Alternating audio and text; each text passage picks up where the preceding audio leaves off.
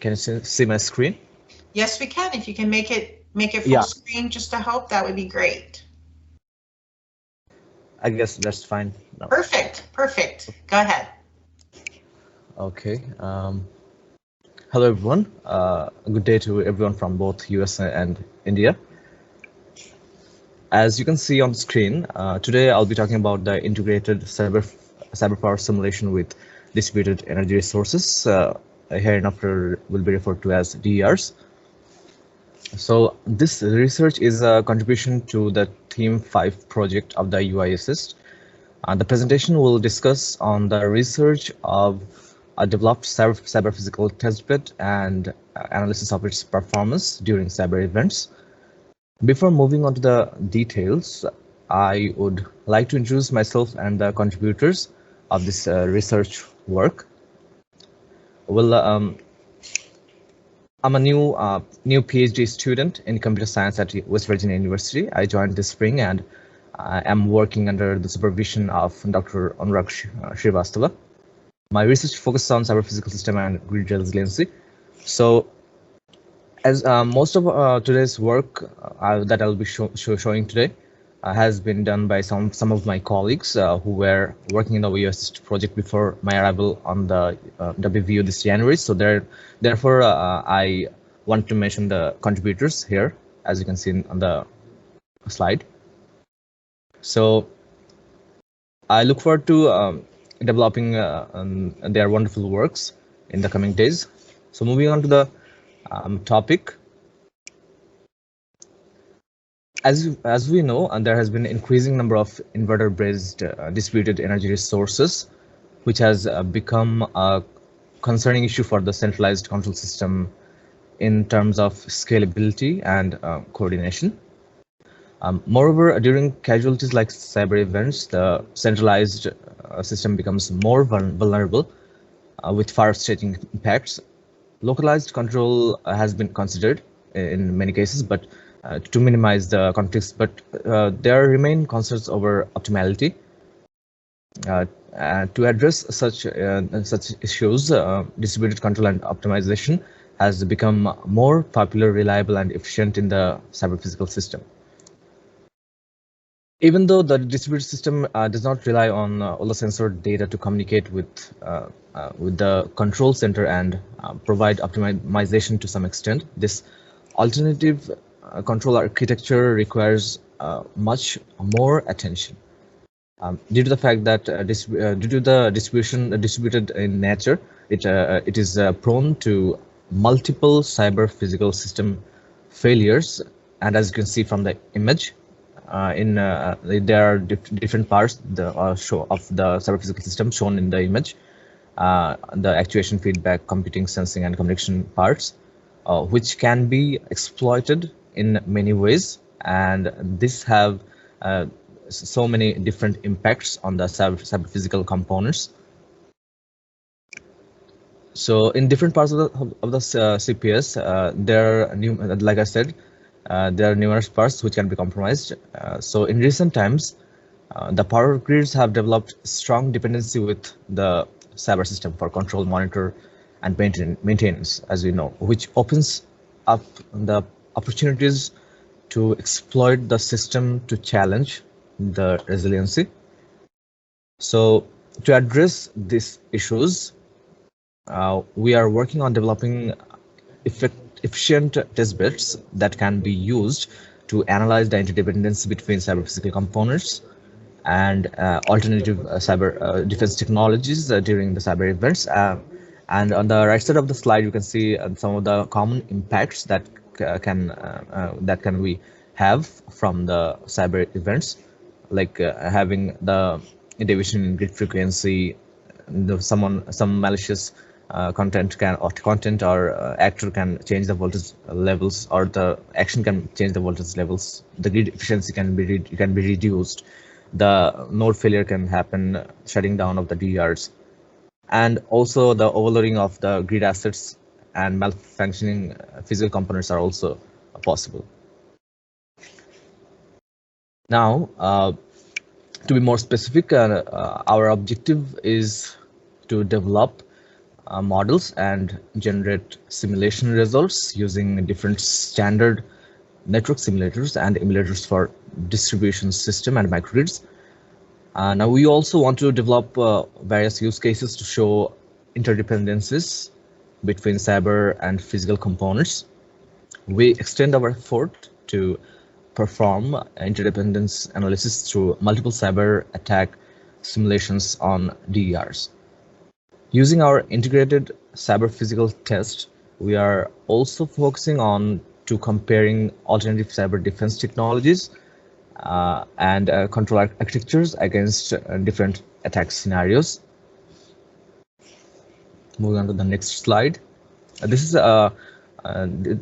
from this you can have a close look at the common architecture for cyber physical core simulation to get some general understanding of the communication and data flow happening between these simulators or emulators, or different layers. Well, we use a simulator to build the power infrastructure, as you can see in the layer at the bottom. And by like load voltages for different nodes, we can generate system data from that simulator. Then using some mechanism, which will go in specifics in the following slides. So using some mechanism or tool, we are waiting to send those physical power system data for further calculation. Now on the top of the architecture, you can see the cyber part where the network is emulated to mimic the real world hosts. And between these layers is the control and computing layer that runs specified algorithms to get optimized system, for instance, and to accommodate the exchange of power and networking data. We need also an interface that connects the different layers of this architecture. So to illustrate the generalized cyber threat, I've also included a part of cyber attacks which can compromise the cyber infrastructure in many ways, which we'll go into the specific in the following slides. Now this is the specific model we have developed over the time, so as you can see and can relate with the previous generalized architecture, our model has specified layers and simulators. We have used a modified IEEE 13 node bus as a radial power network and simulated that with the help of OpenDSS. And this OpenDSS simulator solves the power flow analysis, and a COM port can be configured with the OpenDSS to write the data onto the Python wrapper that you can see on the left side of the diagram. So this wrapper functions similar to a database. Why similar? Because this is not actually this database, but it functions as a database from which control layer and cyber layer fetch data and write accordingly. So the function of the later two layers will be discussed in the following slides. Well, to talk about the cyber layer, we use MinNet emulator to mimic the real-time cyber network in this co-simulated system. In the MinNet, each host acts as an individual system. As you can see, these are this is actually part of the system emulated in the MinNet. As you can see, H1, H2, from H1 to H4, there are 4 hosts, and these hosts can act as an individual system capable of running independently. So then we used socket programming to make communication between these hosts. In the MinNet, each host in MinNet actually represents each node in the power layer simulated using OpenDSS. As you can see from the diagram, that I've generalized the concept that each host is actually fixed with each node of the power layer. And In this work, the communication channel has been assumed to be fixed, although dynamic channel allocation in more complex architecture is also possible. We will develop that in future models. Here, hosts in the mainnet can communicate with corresponding nodes in the power layer with the help of the Python wrapper, as we have discussed in the previous slides.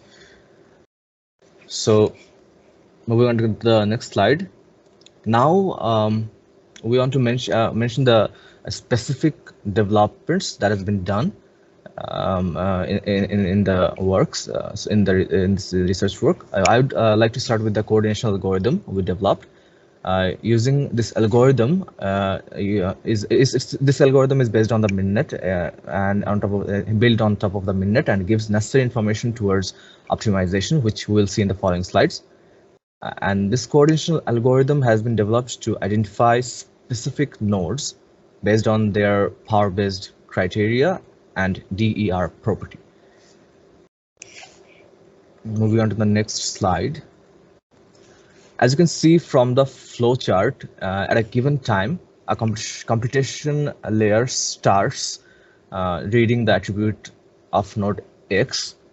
If it has positive voltage and has DER, it will start multicasting through mainnet sockets to its neighboring nodes. Otherwise, the process is stopped and the algorithm moves to the next node, starts examining the same properties. The properties of having voltages and the presence of DER. So after the multicast, if a specified neighboring node has DER, then this node is added to the list where all the nodes have DER. If not, a neighboring node starts multicasting and same process follows. This process keeps running in an iterative manner until the nodes with DER has been listed. The coordination makes the system compatible to use in any system, like plug and play manner. Due to the fact here, you can deploy any distributed control application without providing intercontroller communication topology every time there is a change in the system. So each host runs the coordination algorithm to see its eligibility to run the use case control application. This application actually runs on demand if triggered by changes in the power layer or in the cyber network layer. The model uses a feedback-based volt-var optimization algorithm and control voltages by VR injection set points to DER, which we'll discuss in the following slides. And now we'll briefly discuss about the distributed optimization algorithm that we have used in this model.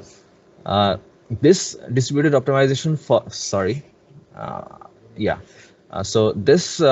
distributed optimization for voltage control, as you can see referred to as optdist VC algorithm, has 4 general steps as mentioned here. On the first step, we have collected the measurements of voltages at every available phases.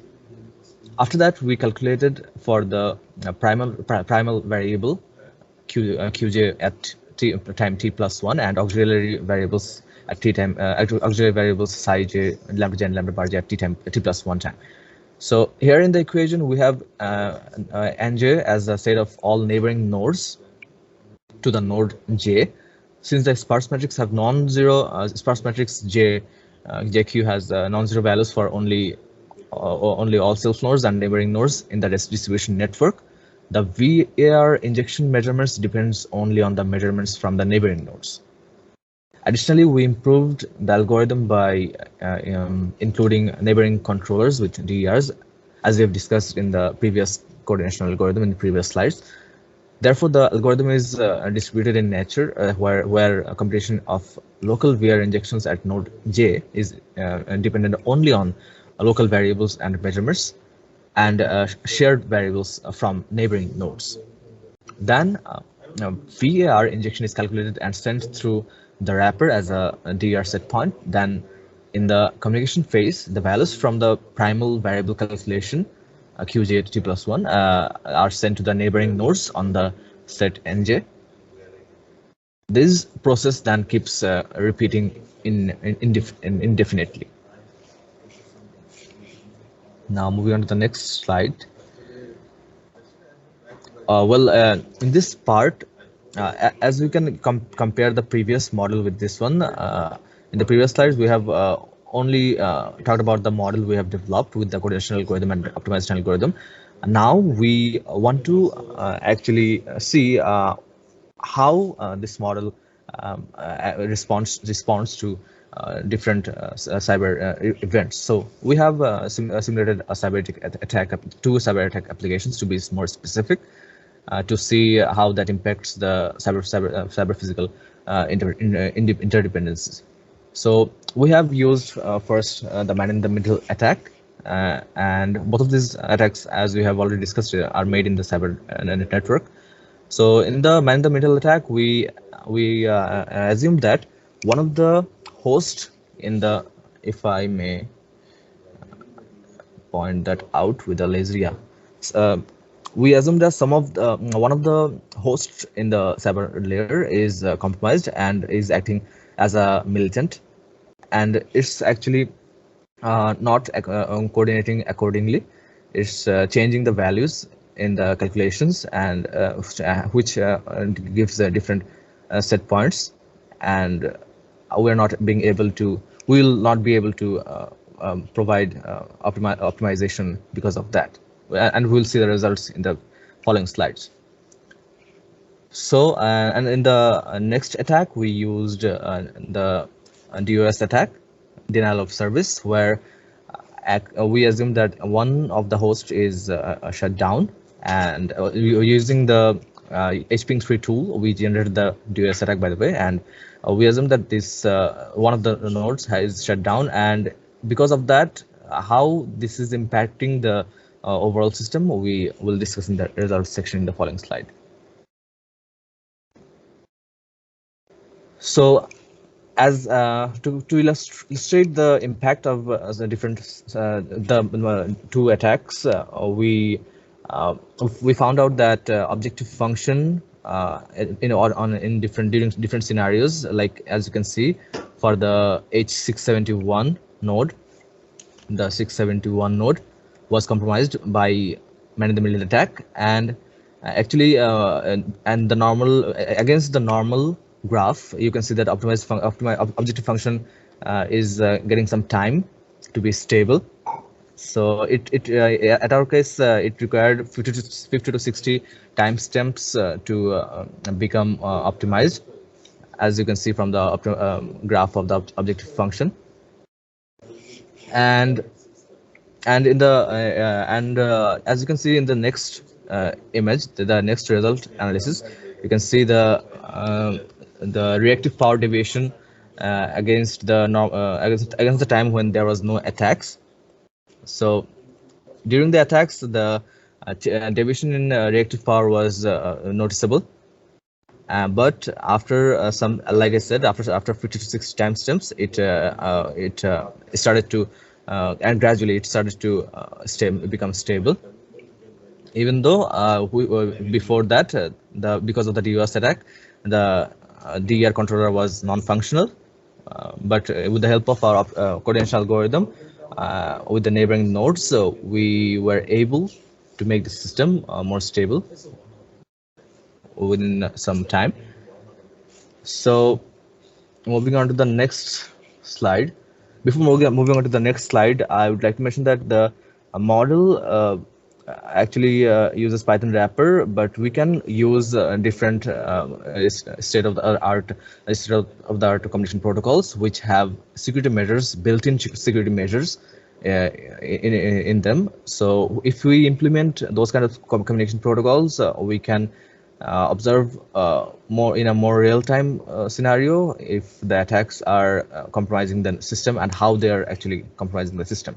To do that, in our future work, we will implement. We are planning to implement one or multiple of those communication protocols, as specified here. The Modbus DNP3 and IEEE 2030.5 is some of the most popular communication protocols used communicate between is used as a communication interface between the different layers in the cyber physical system testbed. I tried to specify some of the advantages and disadvantages, but due to the limitation of time, I'll move on to the next slide. These actually are some of the advantages, and among those, I would like to mention that 2030.5, even though it's a complex architecture, it's much reliable and provides robust security to the architecture. We're planning to implement that in our future models, and this is actually some of the works we are hoping to develop in future. Well, in our previous work, we used static channel link allocation, but we are planning to implement dynamic link allocation in the network. So to analyze and to do that, we'll focus on the different dynamic link allocation. And in the coordination algorithm, actually, if you can remember, in the coordination algorithm, we actually did that with sequential process. One node is multicasting and other nodes are responding accordingly. But we are planning to do that in a recursive manner in our future works. And as I've mentioned, we are planning to implement the communication protocols in the future cyber physical testbeds. And we also will like to perform more attacks in the larger cyber physical system. Instead of using modified IEEE node, we can use much larger simulated power systems in OpenDSS and perform different other attacks to see the impacts on different scenarios.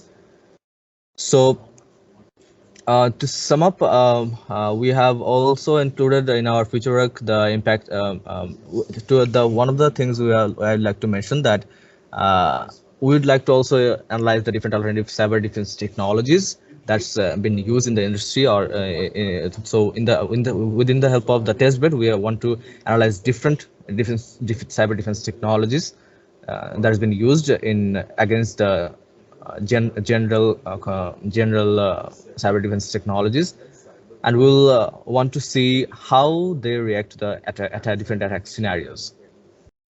So I tried to give a glimpse of the recursive coordination algorithm we're trying to develop in future. In this, in the previous work, we have just tried to multicast from one node and do that with the neighboring node accordingly. But in the future work, we will want to make the system in a way that every node is trying to multicast and find out which node has DER or what that we can use in the optimization algorithm. And to do that, we will be burning a lot of resources, but at the expense of resources, we can get a much more efficient system. So still, this work is in progress. Thank you everyone for your patience. If you have any questions, feel free to ask.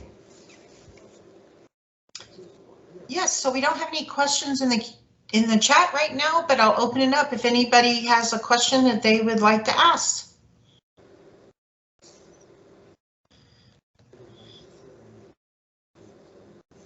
Fazli? Hello? Any questions? Yes, I can hear you.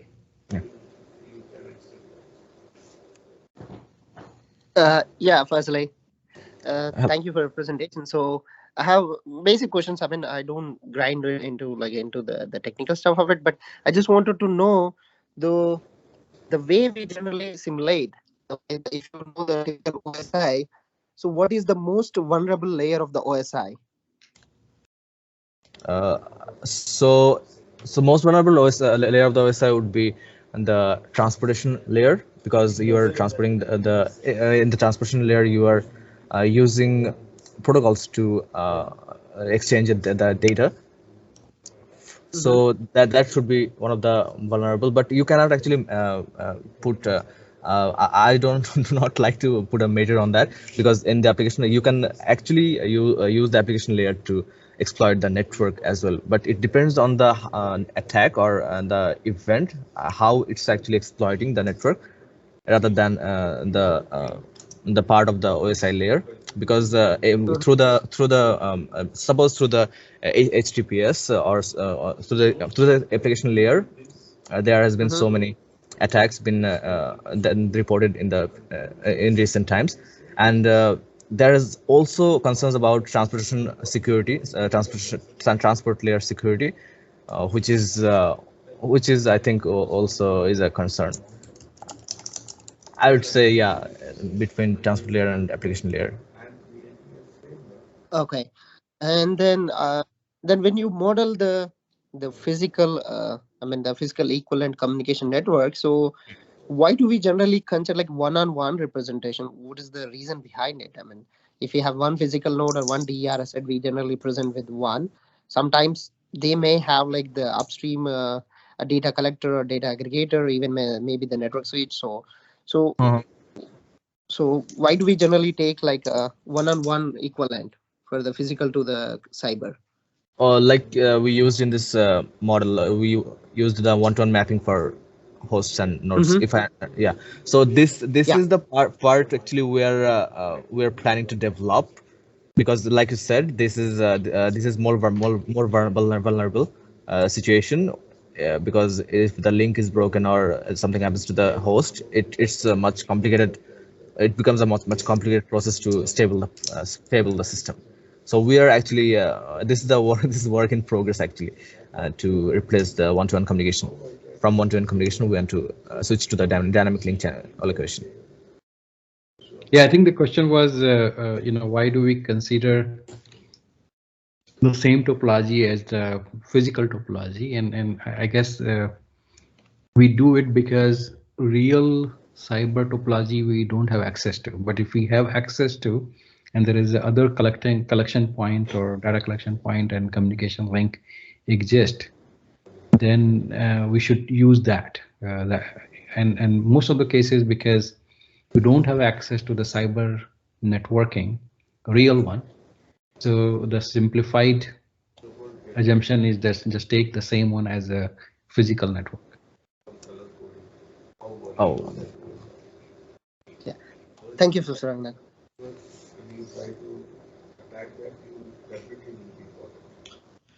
Okay, I think one more question. What type of cyber attacks were tested? We tested man-in-the-middle attack and distributed denial of service attack, as I have mentioned somewhere in here. Yeah. So we used actually we haven't really performed. Rather than we would like to say we want to know the impact of the attacks. We are focusing on the impacts of the attacks, but in the future work we are actually planning to perform the different attacks in a real-time scenario. Okay, thank you very much. If you would like to put your email and summary and your email address in the chat, so if people have questions. Thank you to our 4 speakers today for first showing up on time and also for being here to present. And I want to remind everybody that we have one more session. Let me share my screen here. We have one more session in, I guess it's about 10 hours. We have 10 hours between all our sessions. So at 7:30 tonight Pacific US time and 9 o'clock India time on Friday morning, or excuse me, Thursday morning. So if you would like to sign up for this session or attend this session, we welcome you. We have tonight we'll be doing in session 5, we'll be doing themes 7 and 10, with that being the DSO market and regulatory issues, and then the impact analysis and policy recommendations. So, thank you everybody for being here for today's talks, and we hope to see you tonight with your for session number 5. And I'd like to thank all the speakers and all the folks that have attended and the questions, great questions from the audience and trying to clarify things and help our researchers as they're working on their different activities. So thanks everybody. Have a great day.